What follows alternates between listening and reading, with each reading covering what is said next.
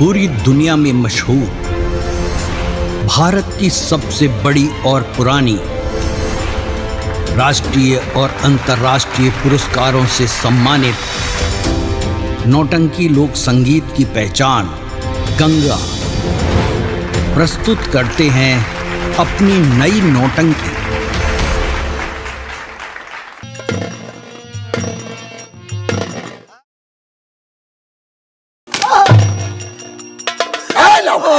उतरो पहले बस। पिताजी ऐसा मत करो, मुझे अपने नजरों से दूर मत करो पिताजी।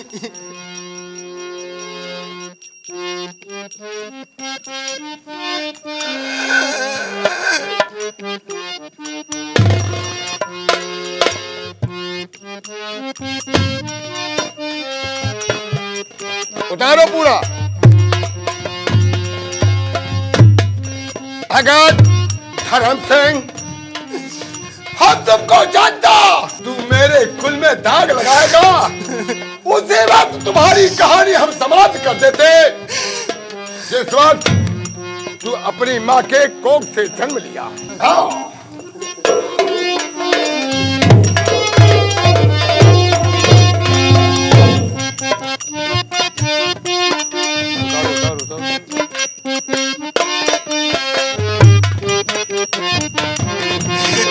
अरे इसको भी उतारे। कौन इसको उतारेगा? आप बहुत पछताओगे।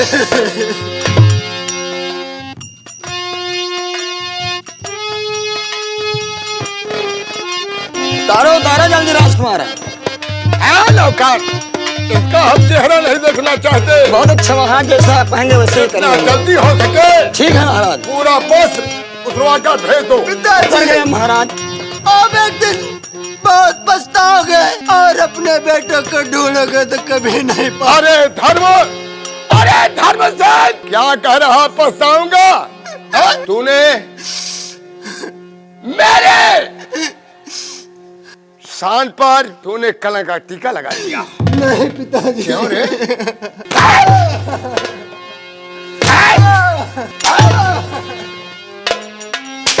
तुमने अपनी चाची की लाज को लूटा है कि नहीं लूटा? और बताओ ले। मैंने चाची के साथ ऐसा गलत व्यवहार नहीं किया। गलत व्यवहार नहीं किया?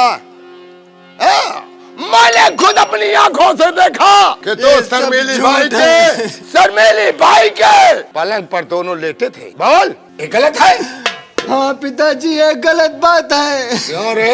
मेरी ही आंख में धूल झोंक रहा है और बोल रहा है कि ये सब गलत है। चल पीछे।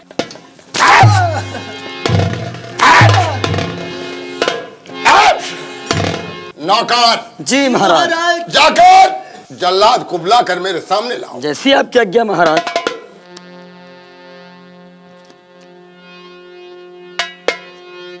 मेरे भगवान, ये तेरा कैसा इंसाफ है? जिंदगी के राहों में रंग जो गम के मेले हैं, जिंदगी की राहों में रंग जो गम के मेले हैं।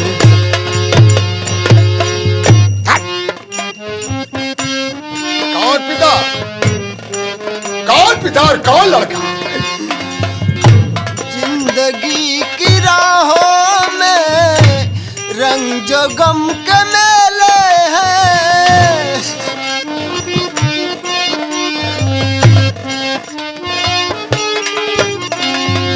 जिंदगी की राहों में रंग जो गम के मेले हैं, रंग जो गम के मेले हैं।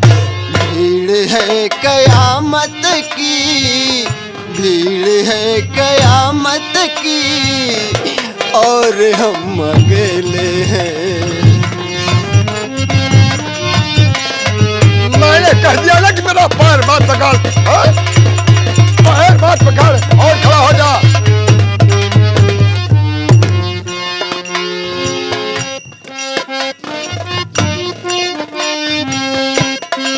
धर्म सिंह, अरे धर्म सिंह, जिंदगी की राहों में रंग जो गम के मेले हैं।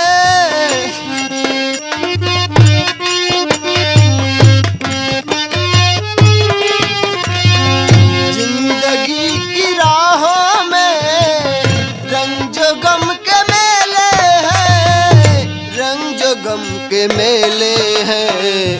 भीड़ है कयामत की, भीड़ है कयामत की, और हम अकेले हैं।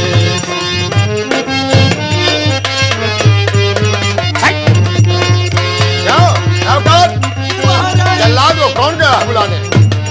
मेरा बड़ा भाई धर्म सिंह, जैसे मैंने तुम्हारा नाम रखा था धर्म सिंह, लेकिन आज धर्म सिंह नहीं बल्कि आज तूने अधर्म का काम किया है। मेरी शान को मिट्टी में मिला दिया। मैं अपनी रियाया में क्या मुंह दिखाऊंगा? लोग कहेंगे तुम्हारा बेटा धर्म सिंह ऐसा है ना? क्यों रे? नहीं पिताजी। कौन पिता रे? कौन पिता? आप मेरे पिता। कौन? मैं तुम्हारा कौन पिता? कौन बेटा? ना हम तुम्हारे पिता हैं और ना तुम हमारे बेटे हो। दुनिया वाले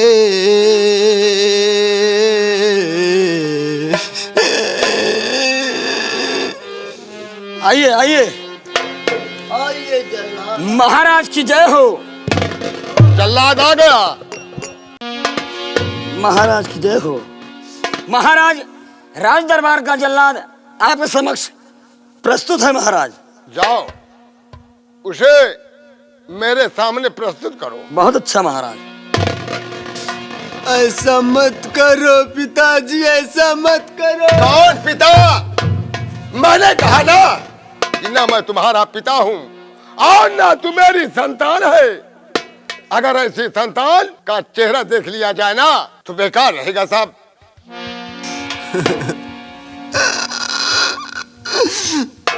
जल्लाद, महाराज की जय हो। जल्लाद, मैंने तुमको किस लिए बुलाया मालूम है? इसलिए महाराज जी बुलाए हो। देखो, ले जाओ इस लड़के को, धर्म सिंह को ले जाओ बियाबान जंगल में और इसका कत्ल कर दो। नहीं पिताजी, जैसी आज्ञा ऐसा महाराज मत जी। करो। अब और इसकी आंख और कलेजा निकाल कर लाकर मेरे सामने पेश करना। जैसी आज्ञा महाराज। लगा दो हथकड़ी।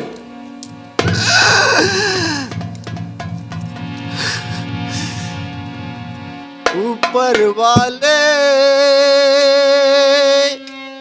ऊपर वाले, ऊपर वाले, ऊपर वाले।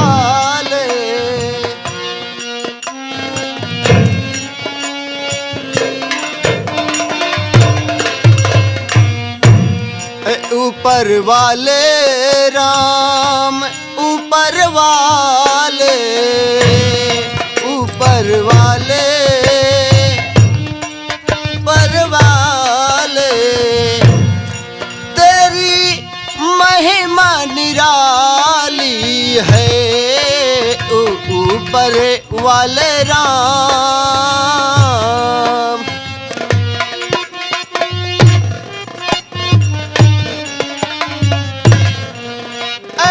ऊपर वाले राम, तेरी महिमा निराली है। ऊपर वाले राम, तेरी महिमा निराली है।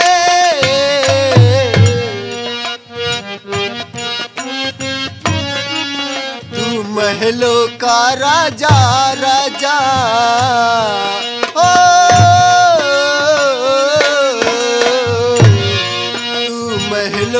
का राजा, तेरी दुनिया भिखारी है।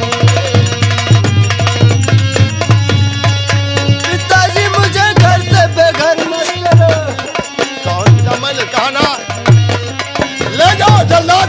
किए हुए। पिताजी!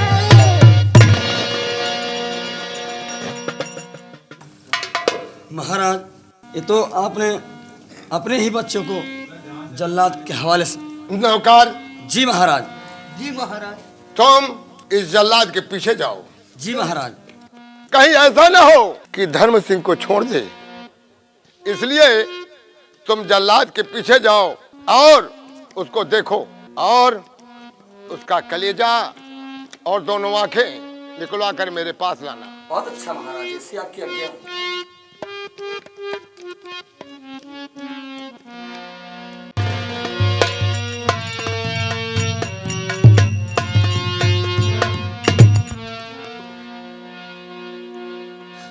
राजकुमार, जल्लाद जी, तुम मरने के लिए तैयार हो जाओ।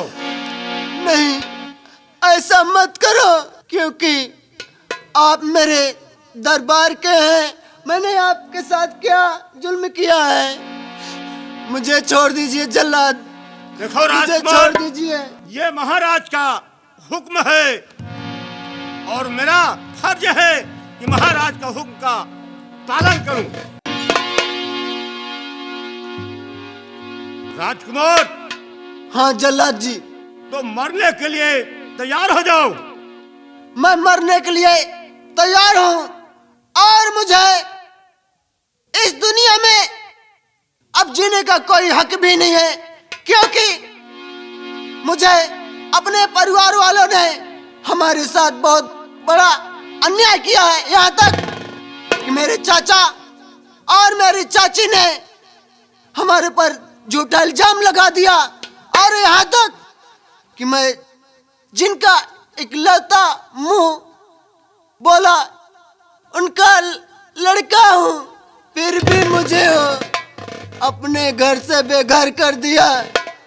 मुझे अब जीने का कोई हक नहीं है। मुझे तुरंत मार दीजिए जल्लाद, मार दीजिए।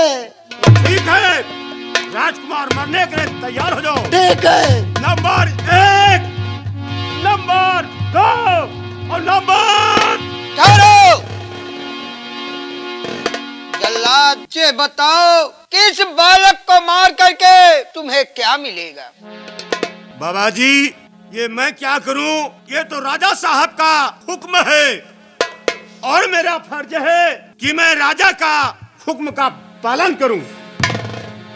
ये बताओ जल्लाद, महाराज या तुम अपने राजा के कहने पर कितनों की बलि चढ़ा दी होगी, इसके बदले में तुम्हें क्या मिला? तुम्हें महाराज जैसे हो राज्य सिंहासन मिला? क्या तुम इस जयपुर के उत्तराधिकारी बन गए? क्या हुआ? कुछ नहीं हुआ ना? कुछ नहीं बाबा जी, लेकिन हम भी क्या करें? हम भी राजा के प्रजा हैं और जैसा उनका आदेश आता है हम तो जल्लाद हैं बाबा जी, हमें पालन करना होता है। लेकिन बच्चा ये बताओ कि अगर तुम इसे मार दोगे तो क्या इसे जिला भी सकते हो? बाबा जी, ये तो हम नहीं कह सकते। अगर इसका कोई उपाय हो तो हम राजकुमार को छोड़ देंगे और इसके बदले में हम किसी पशु पंछी का हम कलेजा निकाल करके, आंखें निकाल करके हम राजा को पेश कर सकते हैं। आप ही बताएं। कम से कम अब तुम्हारे अंदर ज्ञान जागृत हुआ और तुम समझ गए कि जब किसी इंसान को तुम जिला नहीं सकते तो उसे मारने का कोई हक नहीं है। इसलिए तुम्हें महाराज को इसका कलेजा और आंख दिखानी है तो जाओ, जंगलों में बहुत सारे चीते और शेर होंगे, उनका शिकार करो और उनकी आंख और कलेजे को ले जा करके महाराज को दिखा दो।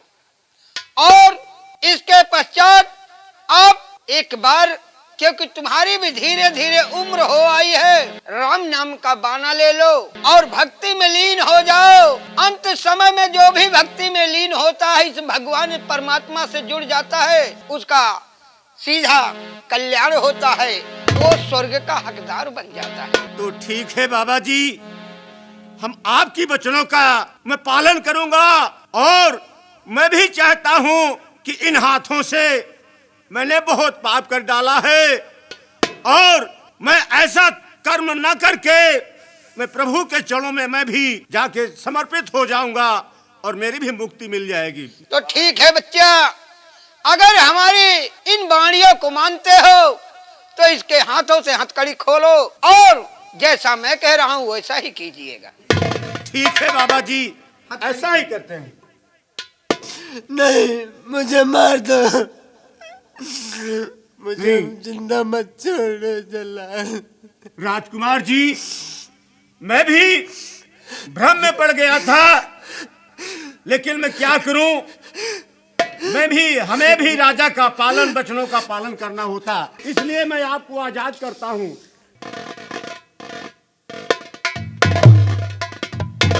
बाबा जी, अब मुझे क्यों बचाए? मुझे जाइए मर जल्लाद, जाने दो। जल्लाद जाइए, और आज के बाद हम तुमसे यही उम्मीद रखते हैं कि आज के बाद किसी का भी कत्ल व वध आप नहीं करोगे और अपने आप को इस परमात्मा की भजनों में लीन कर दोगे। ठीक है बाबा जी, ऐसा ही होगा। अच्छा तो बाबा जी हमें इजाजत दो, मैं भी किसी जंगल में जाकर शिकार करूंगा बाबा जी। तथास्तु, जाइए।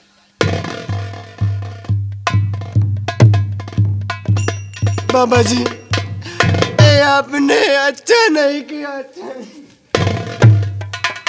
अरे बच्चा उठिए। मैं जीना नहीं चाहता हूँ बाबा। आखिर क्यों नहीं जीना चाहता है, तू बता ना मुझे। तेरे ऊपर ऐसी कौन सी मुसीबत आई है? तू तो यहाँ का, इस राज्य जयपुर का उत्तराधिकारी है। हाँ बाबा, मैं था उत्तराधिकारी, पर अब नहीं हूँ। ऐसा नहीं है, जो कल था वो आज भी है और अनंत तक रहेगा बच्चा। बाबा जी, मैं आपको साफ साफ शब्दों में बतला रहा हूँ, मैं अपने परिवार में इकलौता मुंह बोला अपने पिताजी का बेटा था, और मेरी जो चाची है दरअसल में वो चमेली बाई यानी रंडी है, और मेरे चाचा के साथ शादी करके जब घर आई हमारे साथ बहुत बड़ा झूठा इल्जाम मेरे ऊपर लगा दिया, और जब बातें पिताजी की कानों तक पहुंची तो पिताजी ने मुझे घर से बेघर कर दिया बाबा। अरे बच्चा, हम जानते हैं, लेकिन धर्म सिंह शायद तू ही मुझे नहीं पहचान रहा है। हाँ बाबा, मैं आपको नहीं पहचान पा रहा हूँ। आप कौन हैं? कृपया मुझे बतलाएं। धर्म सिंह, बाबा जी। अगर जानना चाहते हो हाँ बाबा जी। तो ध्यान इससे देखो, गौर से देखो मुझे। मैं आपके इसी शहर जयपुर का रहने वाला गंगा किसान हूँ। क्या आप गंगा किसान? हाँ, वही जो हमारे नगर के थे। आपके इसी जयपुर रियासत का रहने वाला, हाँ। आपकी प्रजा गंगा किसान हूँ, और मेरे साथ में भी सेठ पन्ना लाल ने बहुत बड़ा जुर्म किया। आपके साथ? मैं भी आप ही की तरह सताया हुआ इंसान हूँ। आप भी सताए गए हैं। आपको सेठ पन्ना लाल ने सताया है बाबा जी। और कोई उपाय बताएं कि हम दोनों अपना बदला ले सकें। धर्म सिंह, बाबा जी। सबसे पहले ये जानो जी बाबा जी। कि हम सेठ पन्ना लाल के यहाँ काम किया करते थे जी, और 10 दिन की दिहाड़ी में उससे 300 रुपए लेकर के आया था अपनी मजदूरी।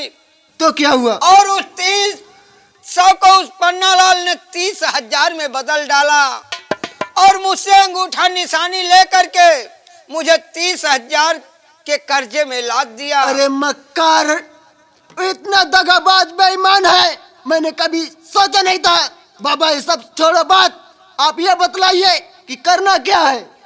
करना ये है कि धर्म सिंह जी बाबा जी। आज तुम्हें इस हाल में देख के, अपने राज्य के उत्तराधिकारी के इस प्रकार से जंगलों में भटकते देख, मेरे दिल में एक जिज्ञासा आई है कि कि आज के बाद मैं हमेशा तुम्हारी मदद करूंगा। ठीक है बाबा जी। क्योंकि मैं स्वयं इस जीवन में हमेशा सताया हुआ इंसान हूं, जिसे कभी कोई खुशी नहीं मिली। आगे मिले खुशी या न मिले, मैं सोचता हूं कि किसी के साथ किसी के मजबूरियों में मैं काम आ जाऊं। ठीक है बाबा जी। यही मेरे लिए सबसे। अब आप चलिए। ऐसा करो। जी बाबा जी। आज के बाद मैं उस पन्नालाल सेठ का गुनहगार हूँ, उसका कर्जदार हूँ, तो इसलिए आप सेठ पन्नालाल के यहाँ जाइए और उनके यहाँ किसी प्रकार कैसे न कैसे बात बना करके नौकरी कीजिए और उस पन्नालाल से मिल करके हमें हमारे ऊपर जो 30,000 रुपए का कर्जा है उसे पता करिए को कैसे कब और क्यों बनाया, किस तरह से उसे बना दिया कि मेरा 30,000 कर्जे हो गए। और मैं आपकी जगह आपके राज दरबार में जा रहा हूँ इसी भेष में, और तुम्हारी बेगुनाही का सबूत मैं स्वयं वहां जाकर के ढूंढूंगा। ठीक है बाबा, आप मुझे आदेश दें, मैं अपना काम करूं। ठीक है, चलिए। हे मेरे मालिक या भगवान, इस दुनिया में मैं तो सिर्फ अपने आप को ही सबसे ज्यादा मजबूर और गिरा हुआ इंसान समझता था, लेकिन आज मैं देख रहा हूँ कि जिनको राजमहलों में रहना चाहिए वो आज इस जंगलों की छान, इस घाटियों में भटक रहा है। ऐसा क्यों हो रहा है मेरे मालिक, ऐसा क्यों हो रहा है?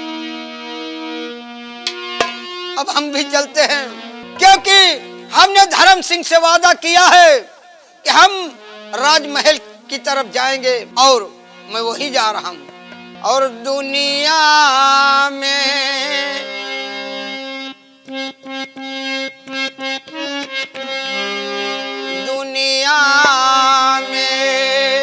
देखिए, इस समय हमने जो भेष रखा है उस भेष का ध्यान रखना है। ये गम तो संसार में लगा हुआ है भैया। अरे उजाड़ी गई टोला, उजाड़ी गई टोला, उजाड़ी गई टोला, उजाड़ी गई टोला, चली गई ससुरे